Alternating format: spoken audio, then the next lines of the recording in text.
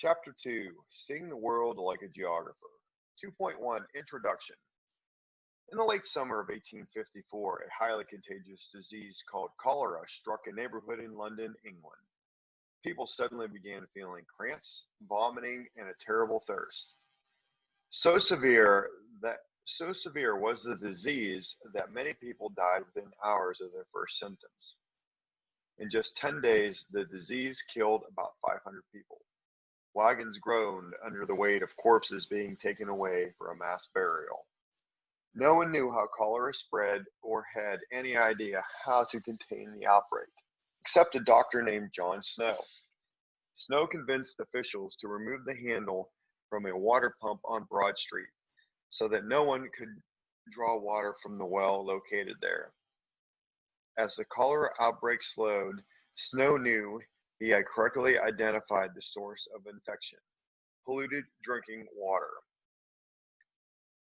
By thinking like a geographer, John Snow solved the mystery of how cholera was spreading through the city so quickly. He had surveyed the infected area to find out where people were dying. Later, he showed his findings on a map by marking each house where people had succumbed to cholera. The map clearly showed that most of the deaths were clustered around the Broad Street pump. John Snow's map is an example of a thematic map. A thematic map presents information related to only one theme or topic. In this chapter, you will learn how to identify and read different types of thematic maps. In addition, you will see how geographers use these tools to make sense of Earth's physical and human features. Why do geographers use a variety of maps to represent the world? Geographers use maps for many purposes. A map legend tells you what kind of information the map shows. Colors, for example, can show different climates. Symbols can show physical features like rivers, or they can identify human features such as roads and cities. Keep this map and its legend in mind as you try to examine the essential question. 2.2, the geographic setting. Thematic maps are all around us. Tune into a news program and you're likely to see a weather map with the high and low temperatures for towns in your area. To find your way on the local bus system, you might use a map showing bus routes. By focusing on a specific topic or theme, maps like these show information about some aspect of physical or human geography.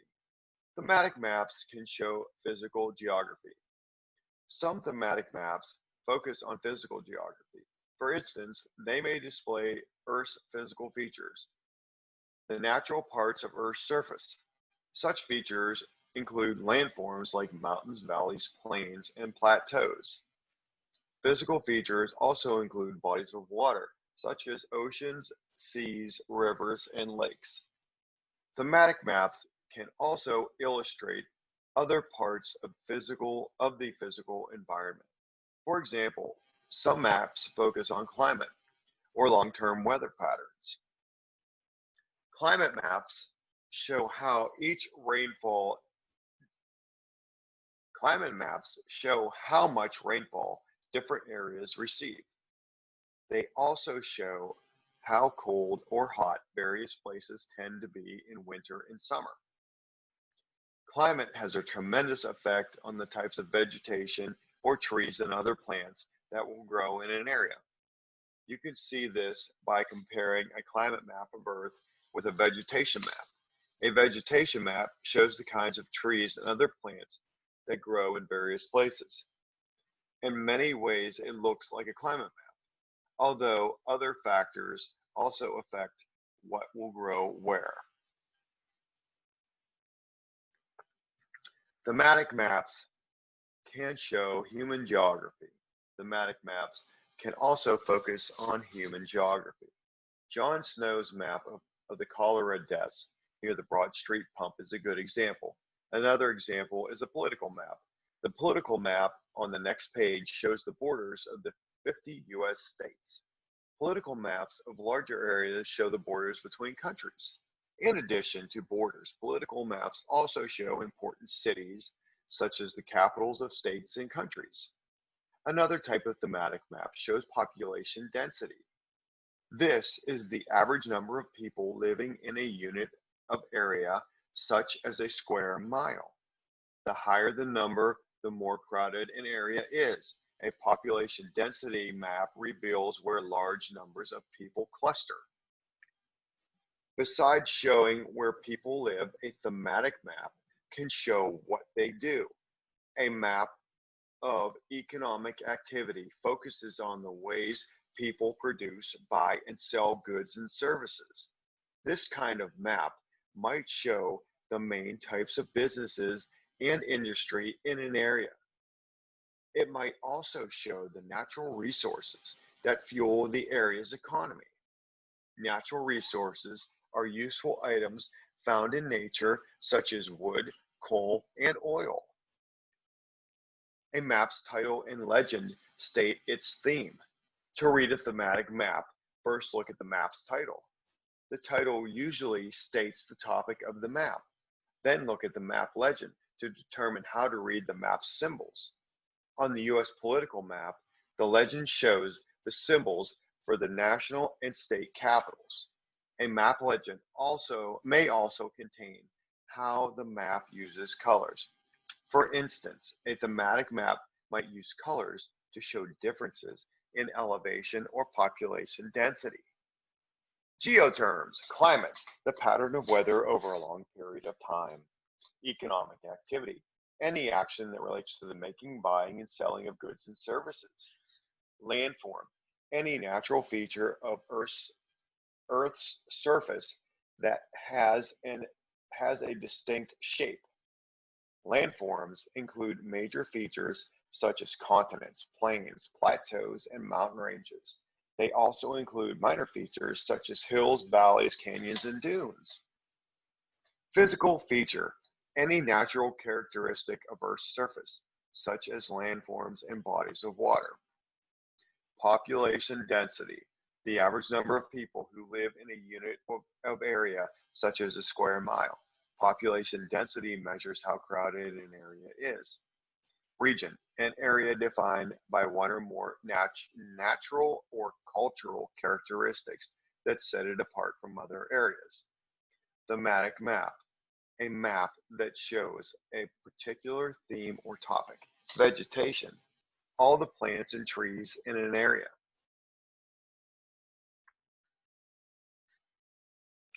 2.3, mapping Earth's physical features. In the winter, snowboarders look for a snowy mountain to practice their sport on. In the summer, vacationers seek to cool off by a lake or river. There are just three, these are just three of the landforms and bodies of water that you might see on a physical features map. Common landforms. Geographers have given names to the many landforms found on Earth. Some landforms have distinctive shapes when viewed from above. A long, narrow peninsula, for example, juts out from a continent into the ocean and is surrounded by water on three sides. Other landforms have distinctive shapes when viewed from ground level. Mountain ranges tower over low, flat plains. A plateau is a raised, flat area of land. A canyon is a deep, narrow valley with steep sides.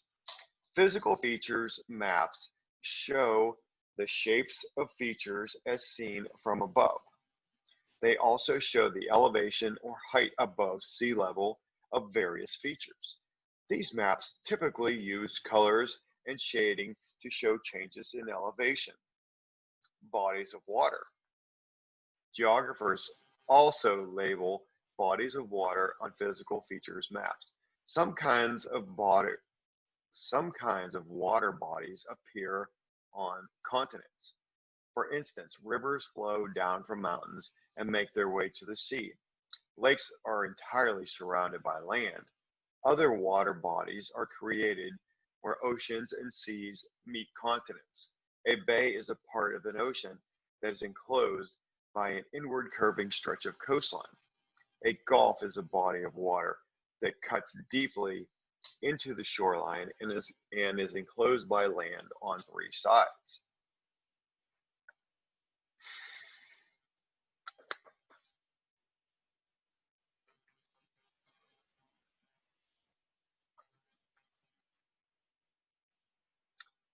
2.4. Hot, cold, wet, dry, Earth's climates. Do you check a weather report each morning to see what the day will be like? Are most days sunny? Or does it rain a lot where you live? Such long-term patterns of weather are called climate zones. To study climates, geographers divide Earth into climate zones. Each zone has a particular pattern of temperature and precipitation, rain, snow, and other forms of moisture. This pattern is often shown on a climograph, like those you see below. A climograph shows the average temperature and precipitation in a place over a year. The letters at the bottom of the graph stand for the months of the year. The curved line indicates the average monthly temperatures, while the bars show the average monthly precipitation. Location affects climate. Many factors affect a location's climate, but none more important than latitude. Places in tropical latitudes close to the equator get more direct rays from the sun all year and have hot weather year round. Places of high altitude close to the north and south poles receive much less sunlight and remain quite cold all year. Elevation or altitude also affect climates. Places in high elevations have colder climates than those lower down. Large bodies of water can also affect an Earth's climate. In coastal areas, ocean winds and warm water currents keep temperatures even year-round. Places further inland have more extreme climates, with hotter summers and colder winters. You'll learn more about the factors that affect climate throughout this book.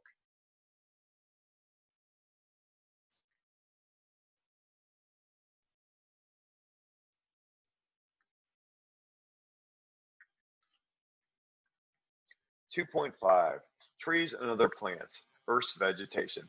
Think about the climate where you live. Now think about the kinds of trees and other plants that grow nearby.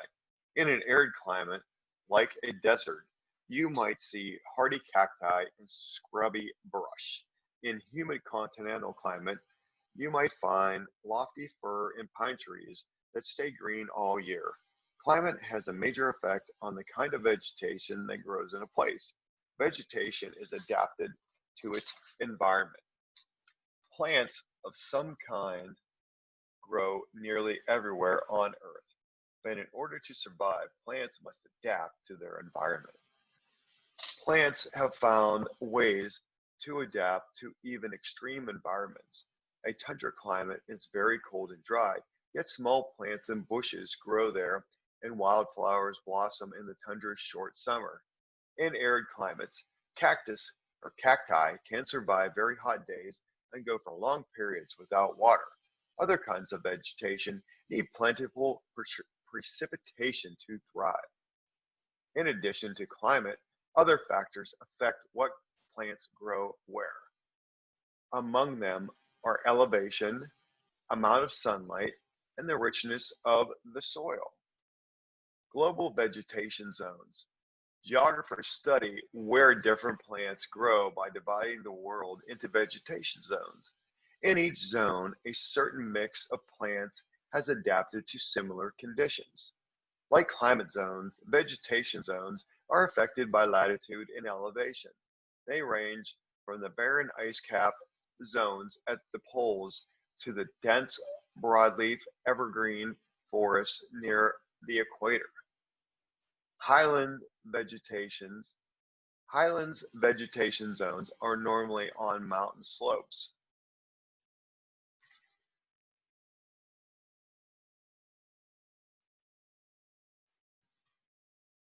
2.6. Where people live, population density. In 2000, about 8 million people resided in New York City. They were jammed into an area about 300 square miles. Compare this with the town of Squatoona, Alaska, where 111 people were spread out over about 450 square miles. When it comes to crowding, these two places are about as different as they can be. Geographers show these kinds of differences using population density maps. Population density measures crowding. Population density tells us how crowded a place is. To calculate the density of a place, divide the total number of people living there by the location's total land area.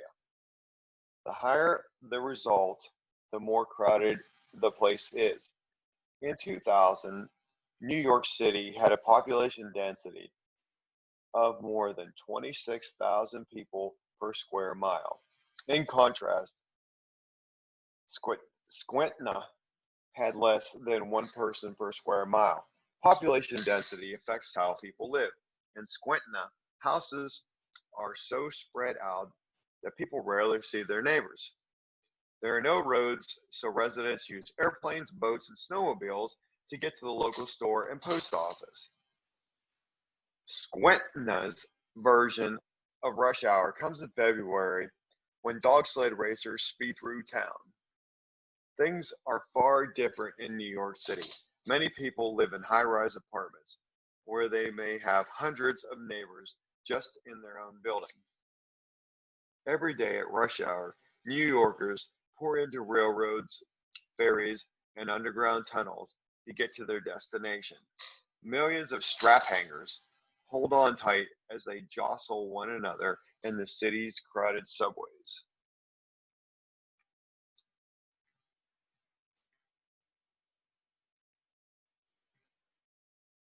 2.7 Economic activity, land and resources. Do you like chocolate? The sweet treat comes from coca beans, the fruit of the cacao tree. The cacao tree grows only in hot, humid tropical areas near the equator. The cacao tree grows only in hot, humid tropical areas near the equator. However, the factories that convert cacao beans or coca beans into chocolate are found mostly in Europe and in the United States. The location of cacao plantations and chocolate factories are examples of the kind of information you might see on an economic activity map. Land use shows how people make a living. Economic activity maps often show patterns of land use, or the way people use the land they live on to meet their needs. In some areas, for example, people use land for farming or grazing large flocks of cattle, goats, and sheep.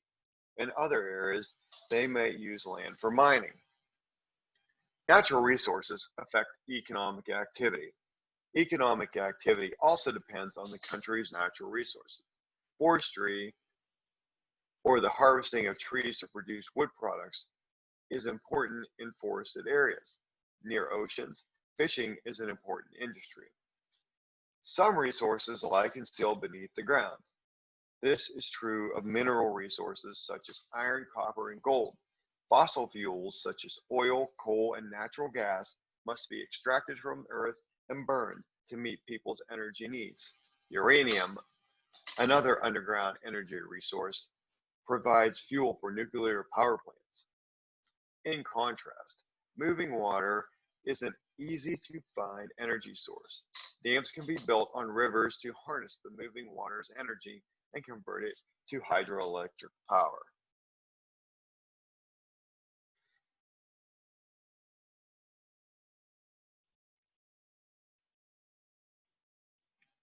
2.8 Organizing Earth's Surface Regions.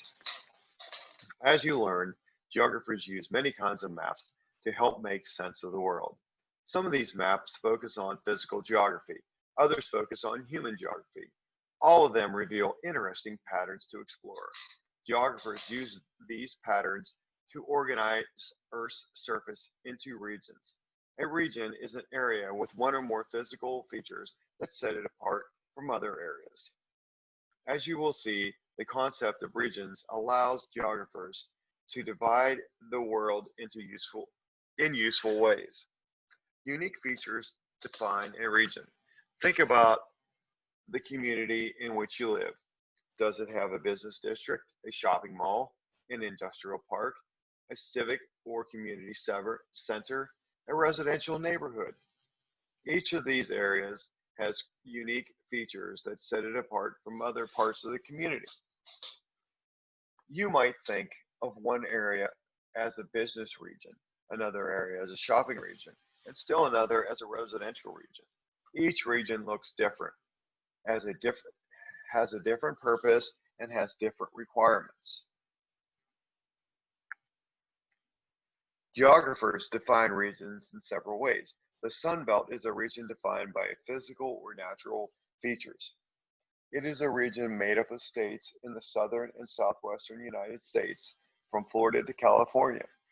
What sets the Sun Belt apart from other regions is its warm, sunny climate. The Corn Belt, in contrast, is a region defined by human features. It is made up of states in the center of the country, such as Indiana, Illinois, and Iowa, where raising corn is an important economic activity. Dividing the world into 7 major regions. The world is a very large place to make sense of. For this reason, geographers usually divide it into regions to study. These world regions are still very large, but each has its own distinct features. This book divides the world into 7 major regions. Each region is shown in a different color on the world regions map below. These colors are your guide to finding each region in this book. Your study of a region will begin with an introduction to its most important physical and human features. In that introduction, you will begin to see what makes each of these regions unique.